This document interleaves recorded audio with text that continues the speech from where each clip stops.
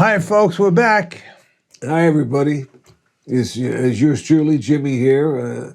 If you like what you see, always hit like, subscribe, and ring the bell, and you'll hear about more episodes that are upcoming. My pal Jimmy. Take it away, Brother Jimmy Lawrence. has his own fan club now. Okay. Today we're going to talk about thoroughbred horses. And I decided to do this because of a long conversation I had with Erwin, who was a jockey's agent for 50 years, 40 years, and a good friend. And he was a good friend of, in fact, his best friend was Alan Sewall, a thoroughbred trainer, who was in harness racing first.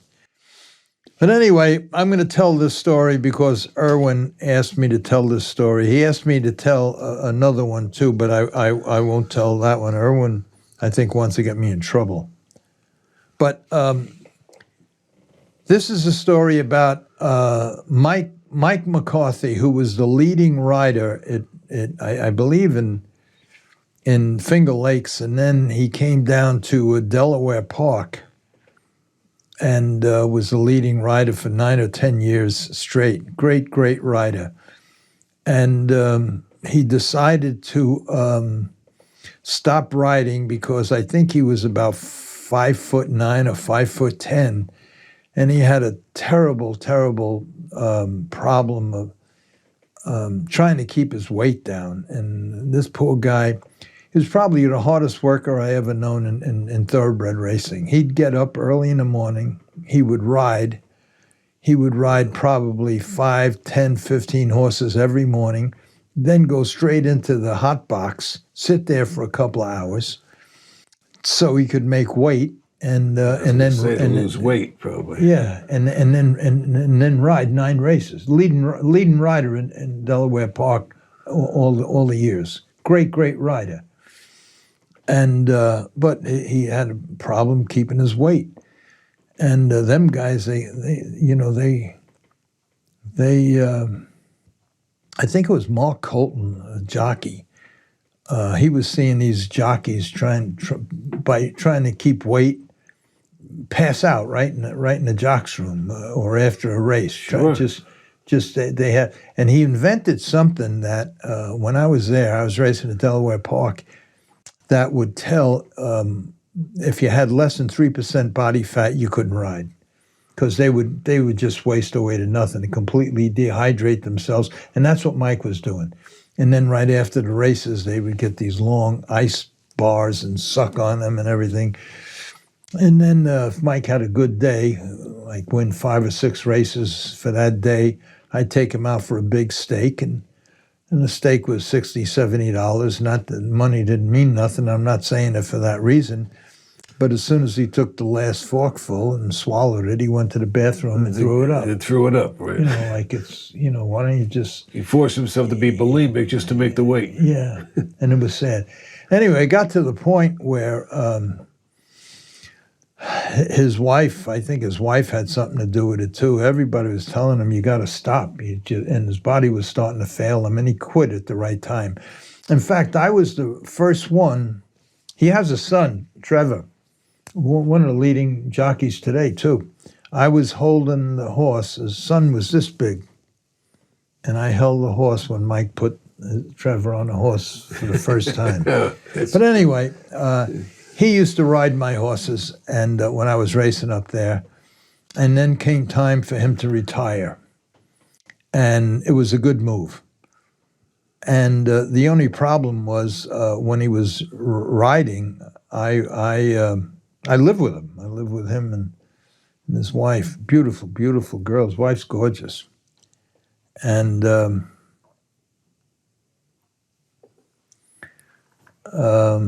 she convinced him to stop.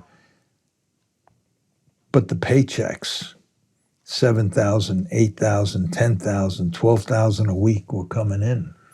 And then he was going to stop, and he wanted me to teach him how to train horses and what to do, the whole bit, and I did. And at that at that time, I forget the name of the place. The guy who owned Gulfstream Park bought this other training facility, and he gave Mike all the stalls he wanted because Mike used to ride his horses. Gulfstream was Florida? Yeah, it's in Florida. So we had the whole barn there. And I was teaching Mike how to train, and and the paychecks went from like $10,000 a week to maybe $2,000 or $3,000 a month training horses, because there's no money.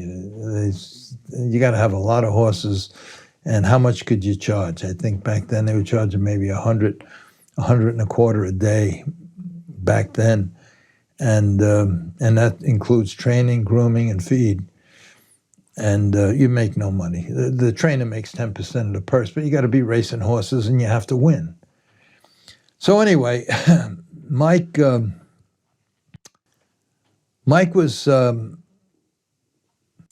he was at, this is just before he quit. He was riding for Iwinski, who was the leading trainer up there for 2 or 3 years at Delaware. And he was a rider. And he would ride his horses all morning long, exercise them, train them, and then go into the hot box and then ride his races, lead and ride them. So one day he calls me up and he says, well, you got to do me a favor. He says, I bought a horse from Alan Jerkins. So the first thing I said is, why would you do that? I mean, right. It's like entering a singing contest and your only opponent is Frank Sinatra. I mean, what are you, nuts? Right. So for the people out there that don't know who Alan Jerkins is and why I said what I said, I'm just going to read a little bit of his history. And there's a reason why I'm doing this, which we're going to get to. This is Alan Jerkins. Alan Jerkins is a Hall of Famer known as the Giant Killer. He started training horses in New York in 1950. His first major winner was Bo Purple, a colt who beat 5-time Horse of the Year Kelso 3 times. That was beat him 3 Mr. times. Kelso, they called him? That was that little horse. I think a little horse with a long tail. That was Carryback. I don't know. Anyway. He also sent out a former claimer named Onion. He was a claiming horse, and he got him. And he beat the Triple Crown winner, Secretariat, in the 1973 Whitney at Saratoga. I believe that year Jerkins won the Eclipse Award as Trainer of the Year. The New York Turf Riders Association voted him outstanding trainer 5 times between 1957 and 1994. In 1975, at the age of 46, he was inducted into the Thoroughbred Racing Hall of Fame at Saratoga Springs, New York, the youngest trainer at the time voted to the Hall of Fame. This is who he bought a horse from, that he couldn't get to the races. This guy couldn't get him to it. He buys the horse for $40,000.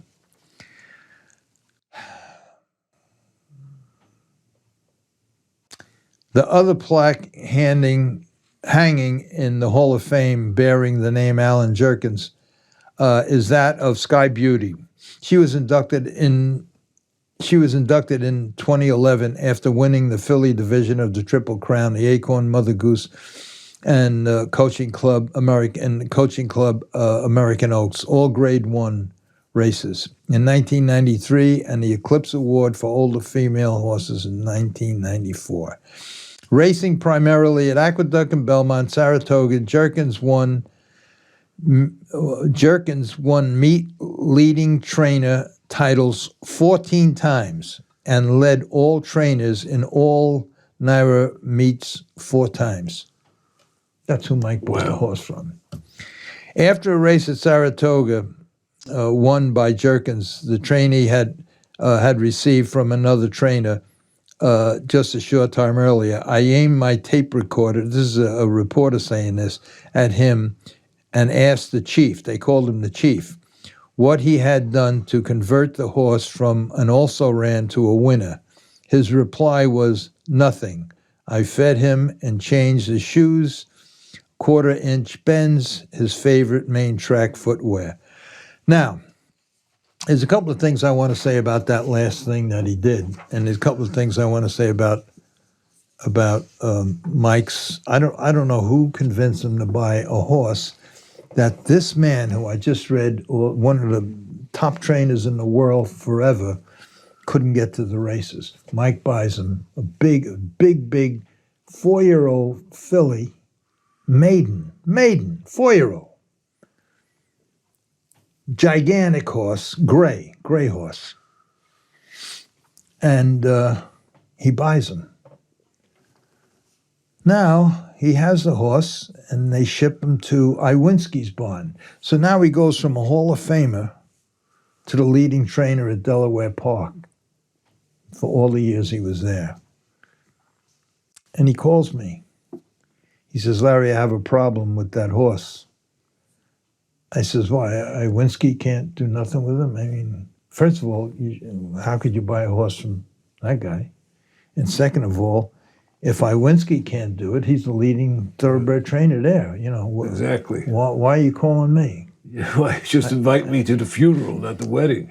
So he tells me, he says, the horse is she's a mare, and when a mare gets sour, and they get sour for lots of reasons, mainly, most of the time, it's because of a lameness problem that they can't figure out. He says, we can't even catch her in the stall. He says, everybody's scared to go in there. She just wheels around and kicks and we can't catch her. And I says, well, what do you want me to do? I mean, you got a leading trainer, you got horsemen all around the place. Right, everybody with all kind of credentials. Yeah, but you see, then again, I hope I remember to get into this because talking about, and I don't want to put down thoroughbred trainers. But if you compare thoroughbred trainers to standardbred trainers, it's like night and day. And I got in fist fights over this, an aqueduct turned tables over, all because it's, anyway. So I go down there. And sure enough, I go to the stall, she pins her ears back, wheels around and throws 2 kicks right out. Kick, nonstop. I said, what the fuck? And as she's kicking, blood is coming out. There's blood splattering. Not a lot, just speckles of blood. Now I'm standing by the thing, I'm getting hit with blood. Where's it coming from? Who the fuck knows? You can't get near the horse. Oh. I don't know. It's just coming from someplace, a feet or a leg, something. Anyway, I said, all right, here's what we do. Get a bunch of bales of straw and everything. We open the door and we start putting bales of straw on top of one another. And now she's kicking the bales of straw, but we have them double lined. And finally we get her close enough where now we get her close enough and we go to grab her and she's twisting her head trying to bite your head off. Anyway, we finally catch her. And I tranquilize her. And now Mike says, this is all the thoroughbred bullshit. Oh, you can't. I had to go there in the afternoon after Iwinski left because, all that thoroughbred trainers are funny. Oh, I can't let them see that you're here and everything. We either have to get him out of here. So he gets one of his friends that were there and get a truck and trailer and ship them to where I was with the standardbreds at Gateway Farms in South Jersey. And we get her, and I keep it tranquilized, She was a handful. Then, where the blood was coming from, and this, I hope I remember to get to this part here, the last sentence. Where the blood was coming from, see, the thoroughbreds, unlike standardbreds are a little heavier boned, not so much today, but back then, a little heavier boned, and their feet are the wall of the foot is not as sturdy, is not as built up as the standardbreds. So in other words, if if a standardbred has a 1/4 of an inch wall where around the foot where there's the wall, then there's the sole of the foot. The sole of the foot is the live part. 3/4 of the way back is the heel. That's the live part. So let's say this is the foot. So the 1/4 of an inch is on both sides. Then about 3/4 of the way down the foot, that's the heel, the live part where the frog is. That's the shock absorber. But here's the problem: the walls are so thin, they're half the thickness of the wall of a standardbred. So they have special nails. They don't have the same size nails as the standardbreds do. They have shorter, thinner nails, and they only go up maybe the most a 1/2 an inch, because as the foot goes up, the wall gets thinner and thinner and thinner and right into the blood. So if you shoe a horse every 3 weeks, every 4 weeks, like you should, like they do, sooner or later, it's like putting a nail. You have 4 inches. You have 4 inches to put. Be painful to the horse, right? Listen to me. Listen. Don't jump the gun, because you're going to confuse me now. You have 4 inches to connect a shoe to a foot. Now, if you only have about a 1/2 inch to go up and 4 inches. Now, in that little space on each side of the foot, you have to put a nail that has to come out within a 1/2 inch and hold the shoe on. Now, after a month, you take that off. You can't go back in the same hole because it won't hold. Right. So you have to start looking for live, a solid wall. And you only have this much space. You only have from the back third of the foot is live. That's the heel and the frog. So you have to go from the third of the way back to the just before the curve of the foot. So it's about 3 inches. And after a while, you run out of places to put nails where they should go. So what do? They start coming back a little, more and more back. And the more back you come, the wall gets thinner and thinner and thinner until you get to the heel where it's all live. It's just like this. You go nail, nail, nail, nail, and then live. Right. But they have no choice, because the other part is all full of holes, nothing holes. And that's what happened here. The blacksmiths, which again are inferior blacksmiths at the thoroughbreds, they start putting nails. So instead of in standardbreds, we 3 nails on each side. That's it. And we can go higher up, and we can go lower. We can do anything with the thoroughbreds. You go a 1/2 inch high. Now after a while, you run out of space, so they start putting nails instead of having. They usually have 4. Because they're use a filler. Listen, after the 4th, after here, these don't hold no more. So now you have to put a couple of holes in the front and a couple of holes in the back to put nails. When you put them in the back, it's all live. But that's what they have to do to keep a shoe on. You never see, and here's the other thing that gets me crazy. With the standardbreds, if a horse has a foot that's a little busted up, you put clips on them. You do clips of pieces of the shoe that come up and wrap around the foot. You do everything you can to make that shoe stay in place. Thoroughbreds they have plates, size 2, 3, 4, 5, 6. Just get it, put it on, slap it on, put nails on to the next horse. It's really a joke.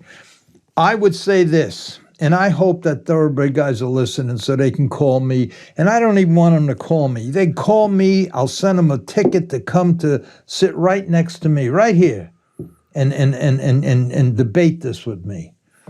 Yeah, but you can stand up to anybody with your knowledge. I'll make you a bet right now, not one will come. Not one will come. And not one will challenge me for what I'm saying now. Okay? I dare somebody to challenge Larry. So anyway, that's what they did with this horse. So now, we finally get the horse. Now, because the blood supply is not that great down there, you can give painkillers all you want, Banamine, Bute, anything. It's not going to help. You know what it's like? It's like taking a nail and putting it right in here, right in between your nail and and your finger, right in there. That's what it's like. And they have 2 on each side and each foot. And you wonder why a mare is bitchy, why she's sour. You can't go near it. She pins her ears and wants to kill you. So anyway, I see this. Now, the problem is I got to get all 4 shoes off. I got to poultice all 4 feet. I got to do this while she's a raving lunatic. You try to keep her tranquil as much as you could and everything else. But little by little, she started to trust me a little bit. And I was able to work it. Make a long story short, I finally was able. And Mike, what he did, Mike, she was at Show Place. Show Place is exit, I think maybe 8 on the turnpike. Delaware is the end of the turnpike. Then you go over the Delaware Bridge, and then you go to Delaware Bridge, another half hour away. Every morning, Mike came to that place, and I waited for him. And I showed him how to I patched all the broken foot up. I made a new foot, and I put glue-ons on. And I put 4 glue-ons on the horse. And before you know it, she's happy. Her ears stay up. She's eating carrots. You could walk behind her. You could do whatever you want with her. And now, let me get to this first. You see what he says here? Now, here's the leading trainer in the world, Alan Jerkins. See what he says here? When they asked him, how did you get a horse and win all these races from a cheap horse and you won the races? Here's what he said. I fed him, which is bullshit because all horses get fed, but here's the key. And he changed the shoes to 1/4-inch bends. 1/4-inch bends mean you have a shoe that's flat. That's a shoe. And the 1/4-inch bend is like this at the back of the shoe. Right. Now, what that does is when a horse lands, horses land heel first. They land, that 1/4-inch bend gives them the spring. Here, heel, toe, up. It gives them that spring. It's like having a spring back here. But what it does is, and that's why they just don't get it. Aside from chopping up the racetrack, which is why after a few years, they banned them because they were getting worse. They went from 1/4-inch, which is like this, to 1/2-inch to like this. It was ridiculous. They were chewing up the racetrack, especially the turf courses. So now they banned them years later. But aside from that, they get off because it changes the whole angles of everything. A horse has an angle, that conformation angle, where all of a sudden their hocks start getting bad, their stifles, their whole back end, all because, you know what it's like? It's like you walking with high heels. You know how everything hurts after you walk with high heels? Or if you walk with flat shoes after walking with regular heels. Everything. It's all peripheral muscles that are being used. Well, I don't know what that means. All I know is that it's a different angle and it's a stretch and everything stretches. It's different hurts. angle muscles, that's all. All right. And yet, the leading thoroughbred trainer in the world says that they should know better. They should know. And yet he had to brag about that. All right, I don't want to knock the guy. The guy, I think he's dead. He did what he did. He did what he did. What about Iwinski? Why couldn't he figure it out? Yeah, I figured it out in 30 seconds that I was there. He's supposed to be the top trainer, right? The horse was there for almost a month. They just kept him the way he was. They tried catching him with poles and everything else. Throw the saddle on, might get on crazy, and just pin her ears, didn't want to go, and do nothing about it. This is the leading trainer at Delaware. I hate to talk bad about these guys, but it is what it is. The leading trainers in thoroughbreds, everybody says, oh, Fletcher's the best, he's this, he's that. How do you not be in every race? How do you not win a major stake races when you have 300-400 horses in training? How do you do that? And there's 4 or 5 guys that do that. Now, I know I'm going to get a lot of shit for this, and I don't care, because any one of them guys, any one of them can come on here and challenge me to anything they want to say pertaining to conditioning a horse, lameness, anything they want. You go to their barn and all you see is jog, jog, jog, jog. It's all the same. Makes no difference if the horse is big, small, anything. And the other thing that drives me crazy about them is the bigger the horse, like this horse, that's tough to handle, and because they sort of get worse and worse and worse. Now the pony, instead of an exercise rider, don't want to get on them because they're nuts. They put them with a pony. Now the pony will only take you around once. Right. Bad horses. They just take you around. That's the exercise for a horse that's big and giant, 1,200 pounds, that should be jogging 5 miles a day and galloping 2, which they never do. Gets jogged once around maybe. Then after that, after the exercise rider refuses and the pony refuses to do it, you know what they call now? Now, just shed row them. Just shed row them. You know what shed row is? You walk them around the barn for maybe a half hour, and then you put this 1,200-pound animal that's raring to go, jumping over walls, and then they put them in a stall. These are things that I just don't understand. Wow. And let me just say this. I could say, and Erwin could back this up, the only race I ever lost with a first-time starter after I got him from another trainer was that race that I lost because of that jockey, whatever his name was, in that race with Frank Panisse, the one I had the podcast about. So anyway, let me finish the story. So now, say the horse is ready to go. Maiden. We working with the gate. Everything is fine. We put him in a I think it was a 5 furlong race. And she was bred to be a distance horse. Put her in a 5 furlong race. Mike's riding. She gets left at the gate. This is true. And she won by 5 lengths in a short race, a half-mile race. She won by 5 lengths. She wound up winning 3 or 4 races in a row. They bred her. They sold her in foal for a few $100,000. And that's the story about this.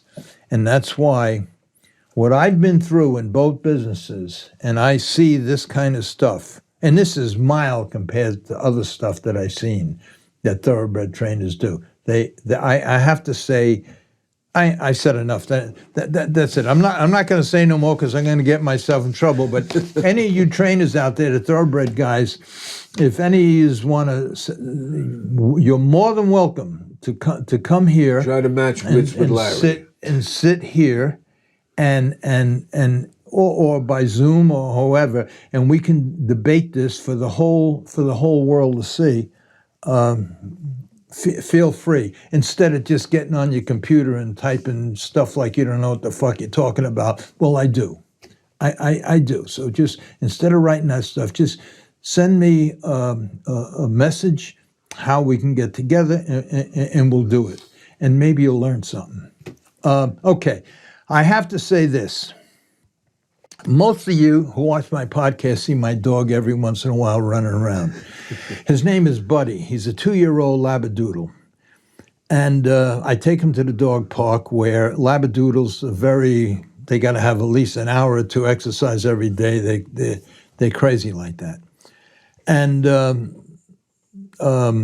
so one day, about 6 months ago, he was in a dog park and playing, but he was playing with a boxer, a husky dog who was a lot bigger than him, and a Great Dane. And they were playing and everything was fine. But when they play up and they jump each other like a cockfight, only they're playing, they smashed him to the ground and he hurt his shoulder and he hurt his, I think they call the first joint a wrist, I think. I'm not sure. Anyway, I take him to the vet, pain pills, pain pills, pain pills, pain pills. Okay. After the pain pills are done, same thing, limp, left front. So he never got better. And they says, I took him back to the vet, more pain pills. Vet says, well, keep him at a dog park, let him rest for a couple of days. It's impossible. It's like telling a baby not to cry. He's just a very excited bulldog. He wants to play, he wants to get, and it's impossible to do that. So I take him to the dog park. And at least he gets out a little. He runs 2 or 3 feet, and then he comes back limping. So finally, it got to the point where I tried to leave him in for 2 days. He goes absolutely crazy. He has to get out.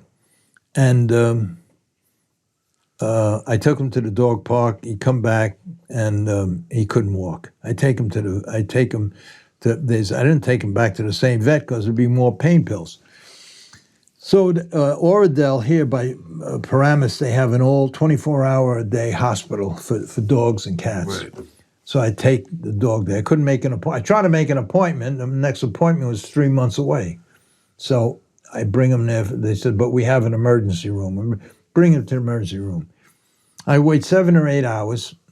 They took a bunch of x-rays and sonograms, and $2,000 later, they give me pain pills. Again. And they said nothing's broke, but the shoulder, ligaments, everything, maybe the joint got a little swelling, the ankle joint here, it's not a joint, there's no fluid in there, the fluid's around it. And I didn't know what to do. I didn't want no more pain pills. He'd die of liver cancer. No more pain pills, no more. I didn't know what to do. I couldn't leave him in. I didn't know what to do. I mentioned this to a good friend of mine who, in my opinion, and I've been around a long time, thoroughbred trainer. And he got out of the business when they started with all this drug bullshit. And he opened up a 501c3, a farm. And the name of the farm is it's an unbelievable place. I'll just read a little bit. It's a 501c3. It's a nonprofit situation, and his website says helping place horses with restarting program, setting the horses up for successful future after racing. They get all these horses, some out of kill pens and whatever. And he has a big farm, him and his wife. And his wife's a rider, Jackie. And they do amazing work. And he invented a product years and years ago for the horses, because some of them come in really, real bad shape. And he invented a product that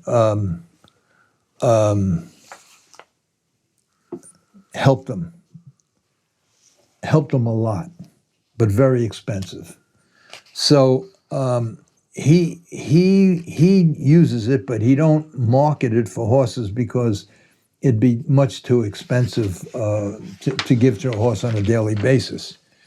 So what he did was he still does it for some of the horses that need it, but he started a program for dogs. And he put together this. It's New Life Dog Formula. To the camera. And what this does is, and I'm going to give you his website. Repair of you'll see results in 3 to 5 days. Repair of joint cartilage, reverse joint damage, reduce inflammation, repair connective tissues like ligaments and tendons. All natural ingredients, USP grade, exceeding the standards for purity and third-party testing. New Dog Life formula teamed up with LLC, teamed up with Scientific Formula Incorporated to develop this high-quality most concentrated UPS grade formula with no fillers to achieve the best result for your dog. I'm not going to go continue reading the ingredients and everything, but I'll tell you this. He sent me 7 packages, and I started giving this to my dog 3 days ago. And I give him 2 scoops a day, 1 in the morning, 1 at night. He don't limp no more. Wow. He don't limp no more. Now I know that there's a thousand products out there for horses and for dogs that say that they do the same thing. And my years in the hospice, I tried them all. I tried them all, and this works. And some of you are probably going to say, well, it has glycosamine in it or what. Well, every product has that. But there's some stuff in here that nobody has. And the formula is basically a secret formula. And let me tell you about a secret formula. Before I go on, just let me tell you. Just if you have a dog and he has a problem, whether he's old or whatever, I won't even give you the website. Just call Marty. His name is Marty. His number is 201. This is his cell number, so you'll get him. 201-951-3366. Or maybe I should give you the website so you can look it up. But call Marty. He'll tell you the website. But here's something I want to say about formula. People say, oh, it's bullshit formula. Let me tell you something. Years ago, I was in Delaware Park. I had about 10 horses racing at Delaware Park. The people they come to me one day, and because I'd entertain, normally when somebody comes to the barn, all the trainers run away. They don't want to buy it. So they come to me and they say, we have this new product out called GastroGuard. And I think it was $38 a tube, and you give a tube every day. Now, what a lot of people don't realize is that every horse has ulcers. And ulcers are a terrible, terrible thing. Just like when you have ulcers or heart or whatever, horses can't talk. You have to know by the way their manure, how they eat, they don't eat, their behavior and everything else. Very few people pay attention. With the thoroughbreds especially, it's remove and replace. Oh, that has a problem, get rid of him, put another horse in his place. Just remove and replace. Standardbreds is different. We solve problems. So anyway, at the same time, all the vets were coming with gallons of the same product, the same ingredient. Same exact ingredient that's on the label for the GastroGuard was on these big gallons. Now the big gallon was $50 for a gallon, this big, lasts you more than a month. A little tube of GastroGuard is $40 one day. You got to give it once every day. Wow, a big difference. At the end of the month, you $40 a day. At the end of the month, it's 1,000. What is it? 10, whatever. So now, I get a hold of the guy because he made me experiment with this, and I got Doctor. What the hell was his name? I got to give him I think I had 10 horses. The first 3 I gave nothing to. I left them alone. We scoped them all. Every one of them had ulcers, some bad, some different. We try to put them in 3 different categories, but every horse has ulcers. I don't care what they say, every horse has ulcers. So we got 3, 3, and 3. The first 3 we gave nothing. Second 3 we gave the vet's gallon. That's same exact formula is what's in GastroGuard on the label. And this we gave GastroGuard every day. At the end of the month, and we kept track every day. At the end of the month, and we scoped them every day. The vet and the representative from GastroGuard. At the end of the month, ulcers are gone. End of the month, ulcers are still there. End of the month, ulcers are still there. So I says, how could that be? How could GastroGuard that has the same exact ingredient as this gallon, same exact ingredient, don't work, and this works. And you know what he said? The same thing I'm telling you about this.